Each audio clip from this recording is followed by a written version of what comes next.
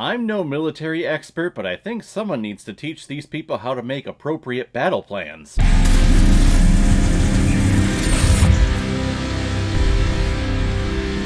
Rebel Moon Part 2, The Scargiver, released this past weekend on Netflix and is directed by Zack Snyder, who has also directed such films like Dawn of the Dead, 300, Watchmen, Legend of the Guardians, The Owls of Ga'Hoole, and of course the whole Snyderverse DC Justice League debacle. And this film is starring Sofia Boutella, Jumon Hutzau, Ed Skrein, Michael Huisman, Duna Bay, Stas Nair, Fra Fee, Elise Duffy, and the voice of Anthony Hopkins. Korra has returned to Velt with the band of warriors that she promised she would bring, so that they can help train the inhabitants of Velt to stand up against the evil forces of the Imperium. And on the bad guy side of things, Atticus Noble, the general who was killed in the first film, was brought back to life because, you know, he's just not replaceable, guys. He's the only one. He's the only one who could possibly do this job. So he brings his forces to the moon of Velt, to where both sides have an epic standoff confrontation that doesn't make a whole lot of sense when it comes to mapping out battle plans, but it does lead to some cool visual effects and imagery. And before we get into everything, I just want everyone to know that I am going to be covering spoilers because there are several things about this film that I like and several things about this world,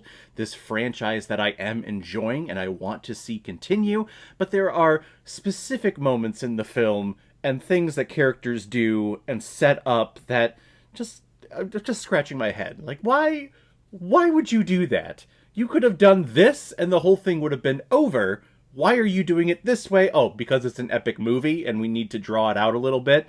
Yeah, okay, I get it. So spoilers here, you've been warned. Now, I remember after part 1, I was really excited, and I was really intrigued with this entire franchise and this world that Zack Snyder is building. And after watching part 2, I definitely still feel like that. I definitely want to see this world continue. These characters, I am intrigued by, and I like them. I enjoy them. I like what they do for the most part. This whole Imperium, Empire, Mother World type thing that is going out and causing all of these moons that have agriculture on them to provide food for them. I want to know how all that got started and how they're able to spread their will and shake their iron hand in their faces to make them do this stuff. And I know Zack Snyder has said that he has an idea of releasing at least 6 films in this franchise. Again, if this film is successful on Netflix, we'll see if we get all 6 of those films. And I also have a question, Zack Snyder. You say you want to release 6 films in this franchise. Does that include or not include all of the director's cuts of your films? Because my god, that guy has been making waves again. A few weeks ago, he was talking about how he has the footage to make Sucker Punch better. I've never seen the film, so I can't comment on whether it's good or bad in my opinion. But come on, man.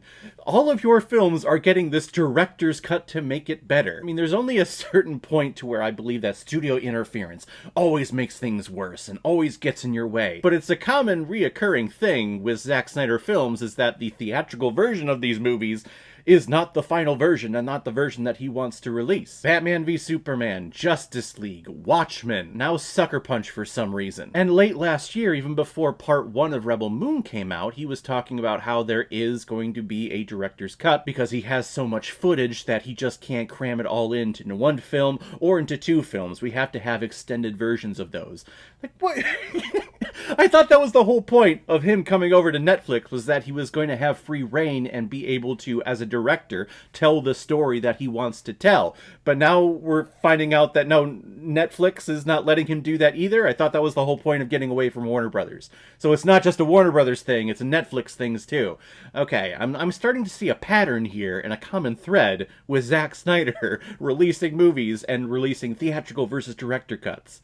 Just my opinion. There was part of me that was even like, do you even want to watch this film or this version of this film? Wait for the director's cut that's going to come out, I think you said later this year? Like, what the hell, guys? But I'm here reviewing it. I watched it, and for the most part, I did enjoy it. I saw all of the Rotten Tomatoes scores and all the critics who are panning this thing, and I don't think this is terrible at all. I don't think this is a terrible, awful film.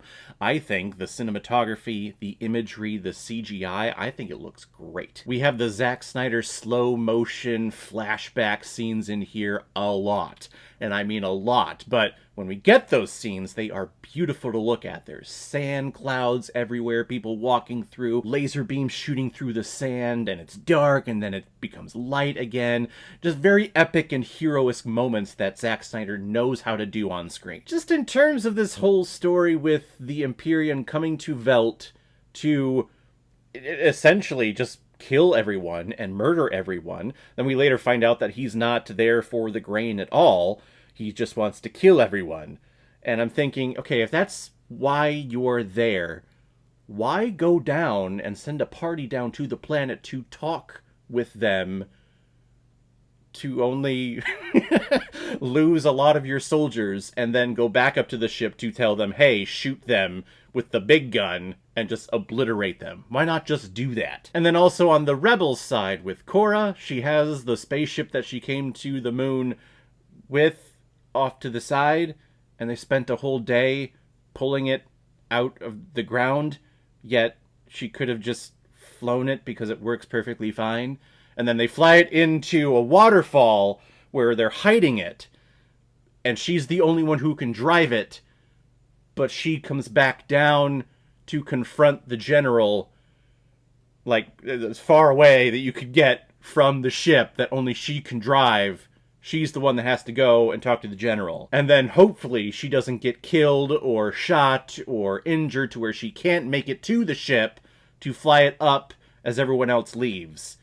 That's the hope. That's the game plan that we're working with here. Hopefully she doesn't get shot and she can make her way to the ship. We all cool with this plan? Yeah, we're cool with this plan. That's gonna work. The whole battle, in essence of how it got started, doesn't make sense. I like the battle itself and the fight scenes that we get. I like the moments where they are flying up into the mothership and they get in there and they infiltrate. You got some pretty idiot people who can't recognize the sticky bombs on the big generator in the engine room when they're just there. They're looking around for Korra. They're like, oh, where is she? And then all of a sudden they look up, like at the last second, like, oh, there's like 50 bombs on the big engine ship thing. Ah! These characters who I found intriguing in the first one are very dumbed down in the second one. They're just making a lot of stupid decisions. Plus, there's a whole bunch of flashback galore group therapy sessions where all of the warriors that we met from the first Rebel Moon film, they all come down, they have a last supper, I guess is what they're calling it, where Hoonsound's character is telling everyone, hey, share your deepest and darkest secrets so that we all know who we're fighting with. Go. So one of them does it. We get the flashback with all the slow motion stuff, and it's heartbreaking. And then we go to the next person, and again, it's slow motion, doing the whole flashback thing. The next person, flashback, slow motion. And I'm like, okay, we're doing the exact same thing every time. Like, comedy works in threes, story beats work in threes. We've already surpassed that. And now I just kind of want us to move on. Please, can we do that? I really, really wanted to enjoy this film more so than Part 1. Part 1 I thought was a great introduction and a great way to introduce us to this world. I just wanted to see where it continued, and I did see where it continued, and it's a little disappointing. Just a lot of these situations and a lot of these characters are just idiotic and don't make sense. They're not intelligent. I am still interested, though, in seeing where this whole franchise goes.